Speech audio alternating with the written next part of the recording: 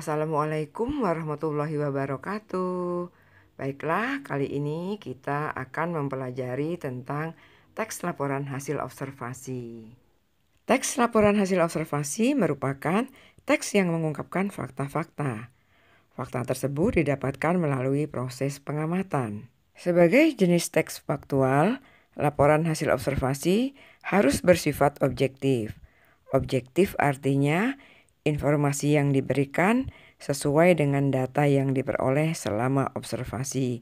Oleh karena itu, laporan hasil observasi harus ditulis dan dipastikan hanya berisi informasi yang diperoleh di lapangan berdasarkan apa yang dilihat, didengar, dicium, disentuh, dan dirasakan.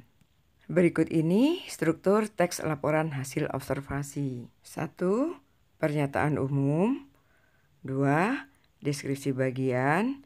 3. Deskripsi manfaat.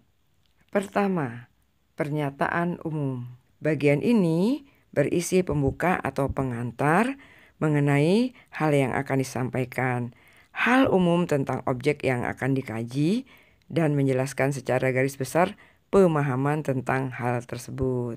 Bagian kedua disebut dengan deskripsi bagian. Bagian ini berisi penjelasan detail mengenai objek atau bagian-bagian dari objek. Contohnya, jika objek observasi adalah binatang, hal-hal yang dapat dibahas di bagian ini adalah bagian tubuh, pola makan, daur hidup, habitat, kebiasaan unik, dan lain-lain.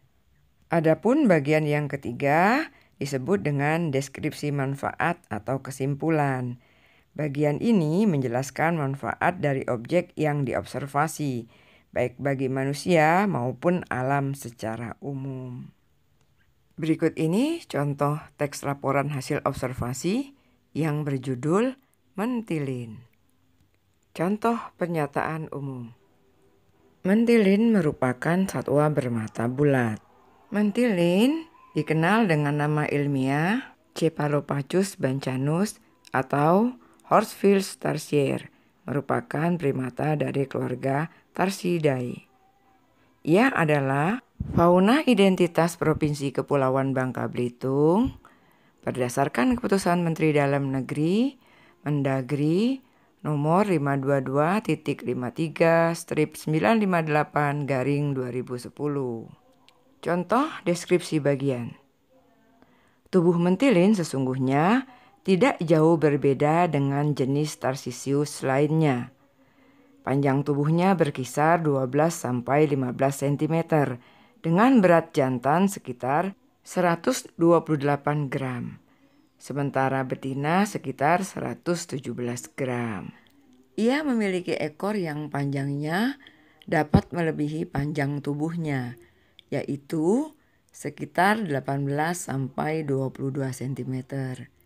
Begitu juga kaki belakangnya yang hampir 2 kali panjang dari tubuhnya. Di banyak ujung jarinya ada kuku, namun pada jari kedua dan ketiga di kaki belakang merupakan cakar yang biasa dipakai untuk merawat tubuh. Bulunya lembut, berwarna coklat kemerahan, kadang abu-abu kecoklatan hingga jingga kekuningan. Mentilin memiliki mata yang bulat. Sepanjang ia membuka mata, tampak selalu melotot.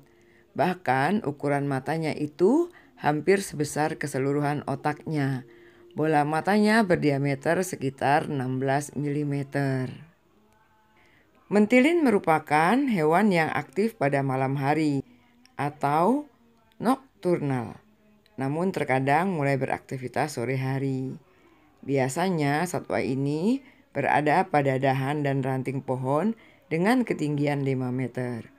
Uniknya, ia tidak menggerakkan matanya untuk melirik, melainkan menggerakkan kepalanya untuk melihat.